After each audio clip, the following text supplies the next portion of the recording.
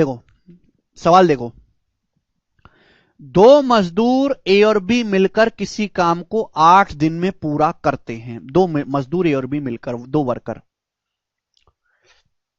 यदि ए अपनी double speed से काम करे, यानी कि ए अपनी एफिशिएंसी को डबल कर दे, if A had worked with twice efficiency as he actually did, A ने जिस एफिशिएंसी से काम किया उसकी डबल एफिशिएंसी से काम करे।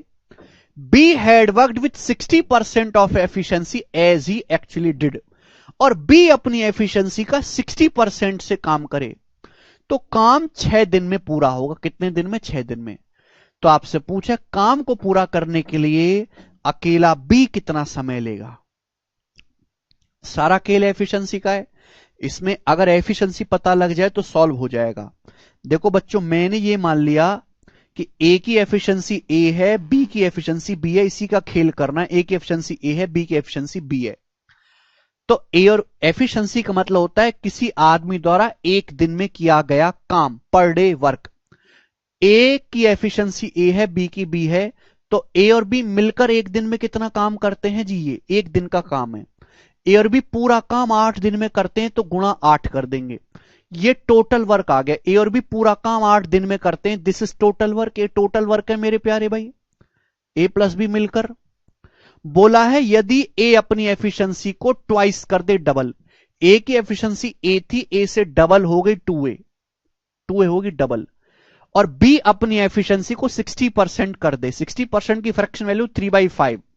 बी ने अपनी एफिशिएंसी को, जो जिस एफिशिएंसी से बी काम कर रहा है, एक्चुअल जो बी की एफिशिएंसी है उसका 60% से काम अगर करे, तो बी की एफिशिएंसी है बी।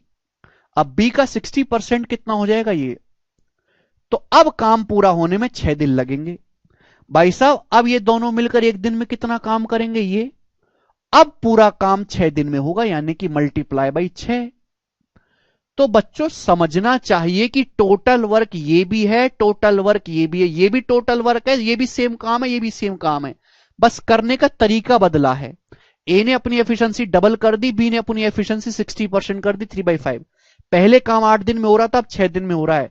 ये दोनों ही टोटल वर्क है, बराबर होना चाहिए। आप बोलोगे sir this should be equal.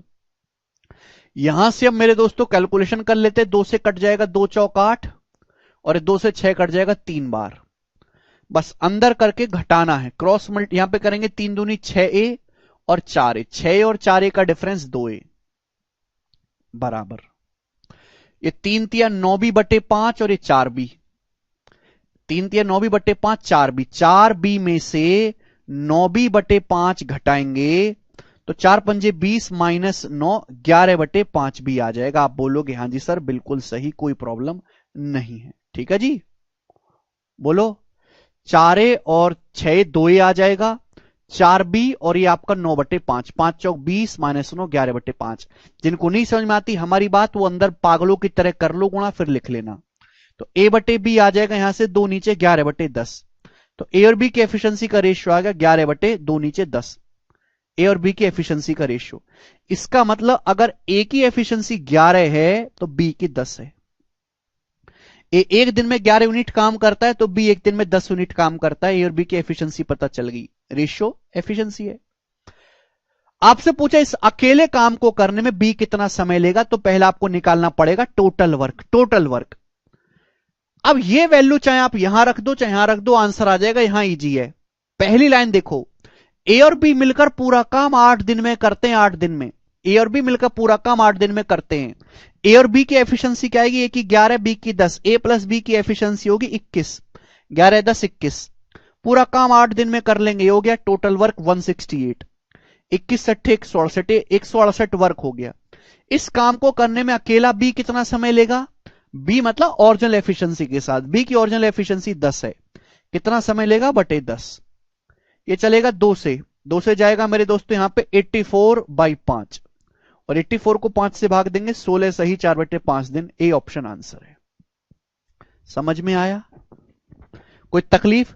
तो सवाल ये भी एक लाइन का है, बहुत अच्छा है, एक बार कर लिया आपने कोई तकलीफ आएगी नहीं। ठीक है ना? चलो स्टूडेंट, अब हम इसी पे बेस्ड आपसे सवाल पूछते हैं। ये वाला करके बताओ 38 नंबर। सेम टू सेम सवाल है इसी कंसेप्ट पे, ठीक है जी। सीजीएल 2022 के पेपर का करके बताओ इसका क्या आंसर होगा। मैं यहीं बैठा हूं, मैं तो बिल्कुल भी नहीं करवाऊंगा। बिल्कुल जो मैं करवा दूं इस सवाल को, करो जरा, जल्दी करके बताओ।